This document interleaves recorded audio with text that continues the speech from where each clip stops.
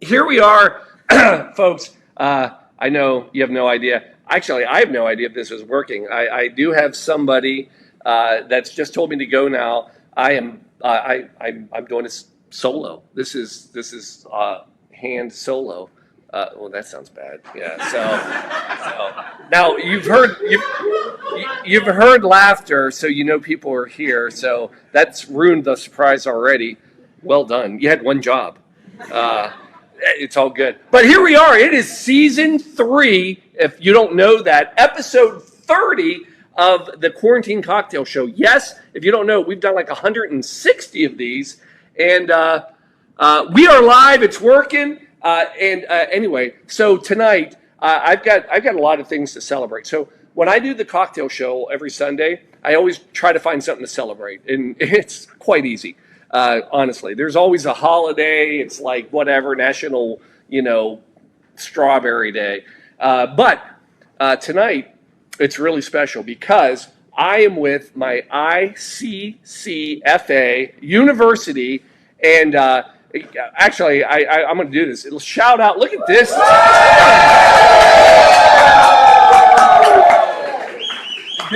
There are literally more people watching this live than have ever seen a show before. It's amazing. We have converts, and I know that because I've given them stickers. But anyway, tonight we are doing a show, and we are celebrating some of the things I love. ICCFA, which means death. Sorry, but that's what we do. We celebrate death. And tonight, I'm going to give you a death cocktail. Tonight, we are doing the Death in the Gulf Stream quarantine style. Nobody's heard of it, I promise you, but it brings a lot of things I love. We're going to do it. Are you all ready? Yeah! All right, folks, it's Blue Monkey Quarantine of Time Travel Edition. Here we go.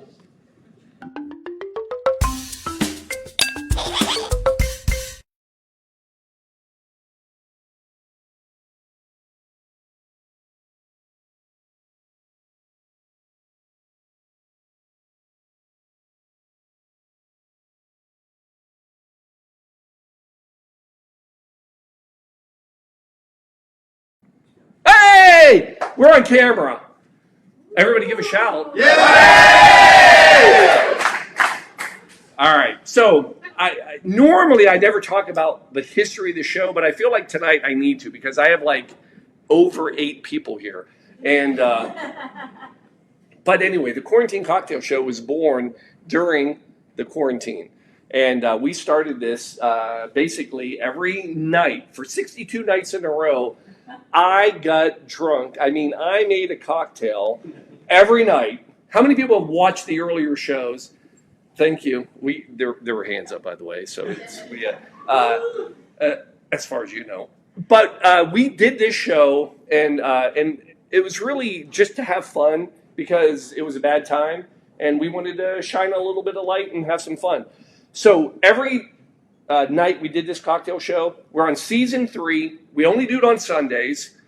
And what you're about to find out is that I try to find a cocktail and tie it to something. So tonight, it is Death in the Gulf Stream. Now, let me tell you about this drink. First of all, it features my man crush, Ernest Hemingway. So if you don't know Ernest Hemingway, Papa, thank you. Who said that? Shout out right there. He gets a gift. But yeah, so Ernest Hemingway. Here's what I want to know. Why in high school do they not teach you all the alcohol that man drank? I would have freaking read every book twice. I'm like, I hated reading those books, and now I've learned, like, Sun Also Rises, Farewell to Arms, Old Man in the Sea.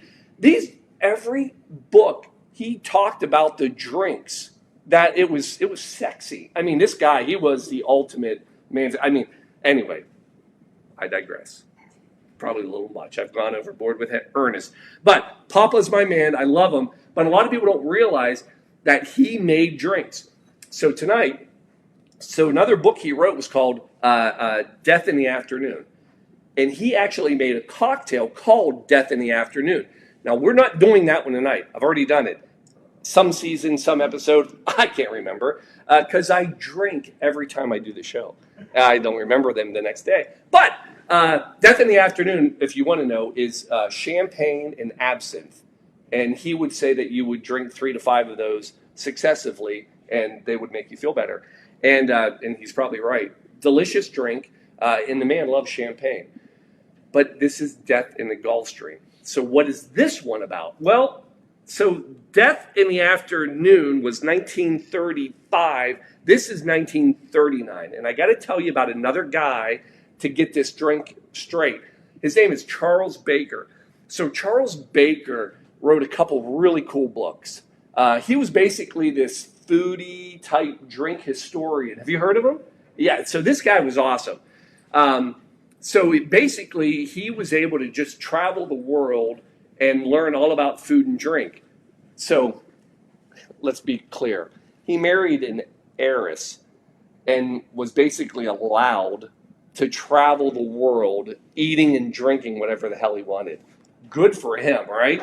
But he wrote some books. So he wrote 2 books. They were called The Gentleman's Companion. All right? Volume 1 was called Up and Down the Andes with a Fork, Knife, and a Spoon. And it was all about eating and all the food that he had. And actually, Ernest Hemingway put a recipe in that book. They actually became friends. We'll get to that in a second. Volume 2, though, was the second one, because it's Volume 2. I'm just making sure they're paying attention. And that is called Around the World with a Jigger, a Beaker, and a Flask. And it was all about the drinks that he had all over the world. And anyway, that's where we find this drink. So how did this drink ever come about? So it's kind of a fun story. So Charles Baker, he's a writer.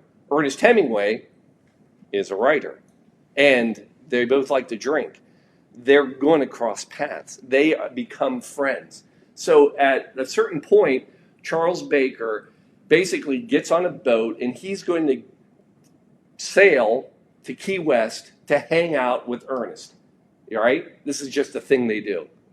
Why are we not in the 30s doing these? I mean, this is awesome, right? So anyway, they go down and he sails down to Key West and they just spend days fishing in the Gulf Stream.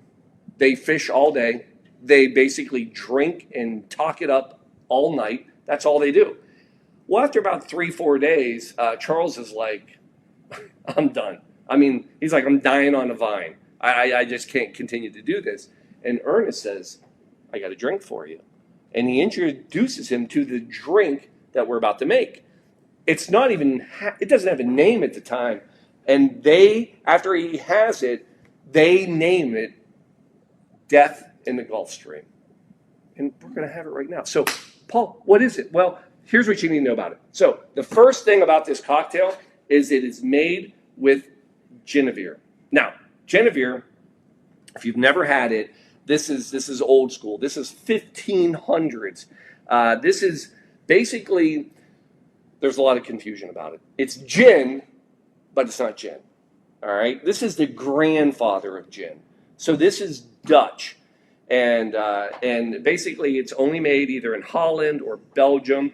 And the way it comes about is if you want to think about it, gin is basically, if you take a neutral spirit, vodka, basically, and add juniper to it, you got gin. But before that ever happened, you had this. And this is malted spirit. So this is like a malted wine. And if you ever, malted barley, by the way, is when they take barley and then they just let it start to grow, like ferment a little bit. Not ferment, but actually start to, germinate. Thank you. Yeah, another gift right there. Man, this guy's an alcoholic. He knows, right? Germinate, and then you got to stop it. I mean, it's a whole process. And anyway, you end up with a malted. So basically, it becomes, for lack of a better term, it's almost like a unfinished whiskey. So you get a malt flavor, and then there's kind of 2 different kinds of Genevieve. There's old and young. Young, it has nothing to do with how old they are, which is confusing. But the young means that it has under 15% of a malt base to it. And if it's old, which this is, it has over 15% malt base. This is 50%. This is one of the oldest. Bols Genevieve, not sponsoring us tonight, but if you'd like to, Bols Genevieve, we love you. Anyway, we do that for the show. It's a thing. Nothing? All right. Anyway, so it's made in, and so anyway, basically that's how it all started. And eventually, it got shipped across the continent, and England ended up saying, we really like it. But they decided that they were going to start making it their own way, and they got rid of the malted part because that's a lot more time and money, and they shortened it. And that's also why they believe the name got shortened from Genevieve to gin. Genevieve, by the way, is Dutch for juniper. And if you're in Dutch, you would say Jadeveer. Nobody cares. No, literally, no one cares. So this is the point in the show where people are like, Paul, just make the damn drink. And I'm going to make you the damn drink. So this is it's a pretty heavy drink. And, oh, wait. See, I got to do it myself. I got to put the recipe up. So right now the recipe up. All it is first of all, get a little bit of ice and your little shaker. And we're going to throw the ice in here. And it is Genevieve. You can see that. I spill a lot of things when I do this, by the way. 3 ounces. So not 2, but actually 3. Now, I will also say, if you've never seen the show, normally I always make 2 drinks. There's 2 reasons I do that. I make one for me, and I make one for Shelby. Shelby's not here. I also make 2 drinks because it makes me look like less of an alcoholic because I'm sharing and not drinking alone. So tonight, we're only going to make 1 drink, but it's just going to be for Shelby because I'm not allowed to serve and drink. So we have eyes on us. So 1 for Shelby. 3 actually for Shelby. Now, the next thing we're going to add to this is lime. And this is a big lime drink. So typically you come in and you can actually even grate the lime peel if you want. We're not doing that tonight. But it's the juice of 1 whole lime.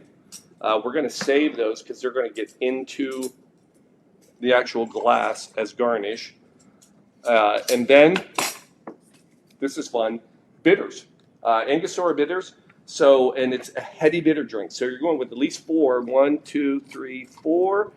And now here's the fun thing. A lot of people don't know this. Ernest Hemingway was actually a diabetic. So he never put sugar in his drinks, ever.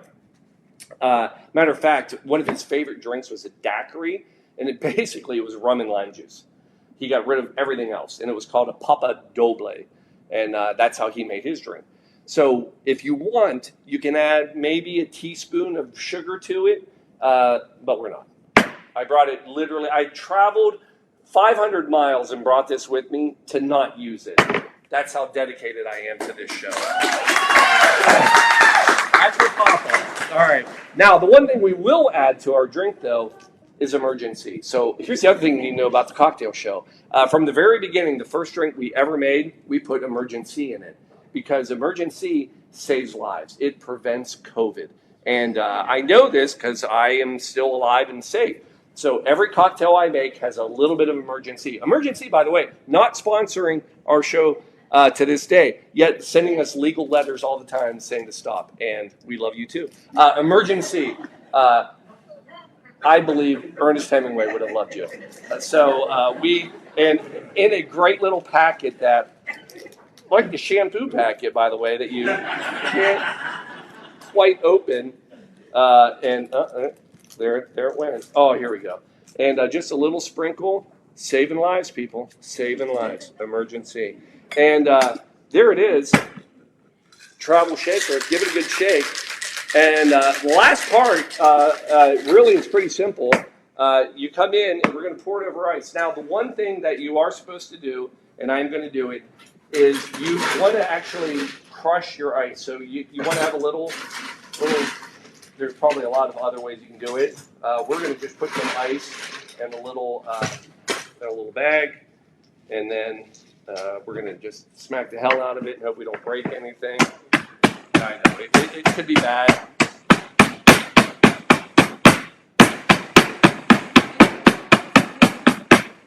There it is. And then we're coming in. Take the glass. Does it work? Yeah, pretty close, right? Who cares? Yeah, whatever. Good enough. And then travel shaker. Oh, top almost fell off. You didn't see that, but I saw it. I knew it was going to happen. And there it is, folks. That, my friends. Quarantine. Right there. Quarantine, death in the Gulf Stream. And, of course, we have to always come in and we got to taste it. And is it?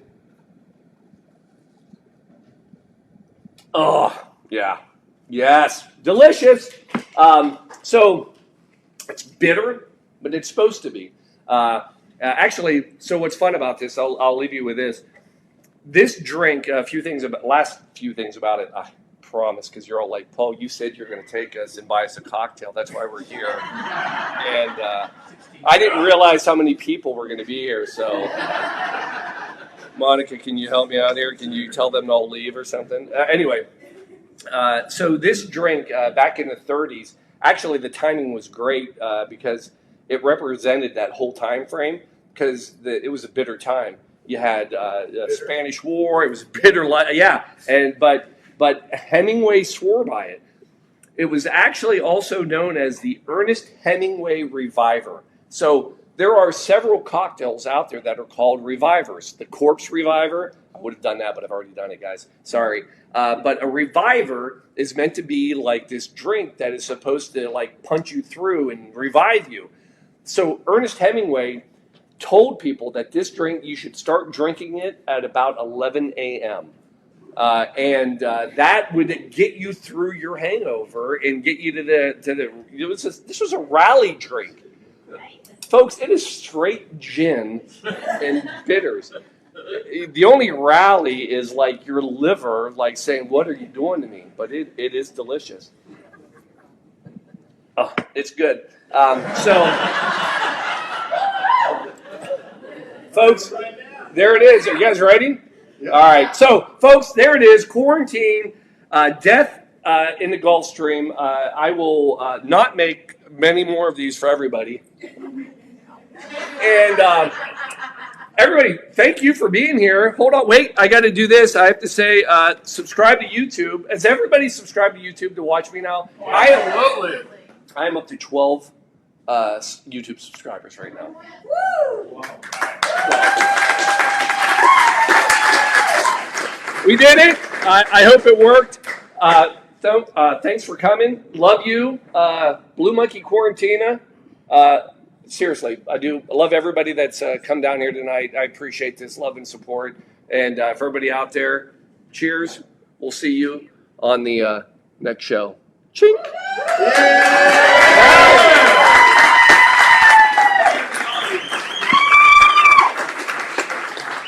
Wow.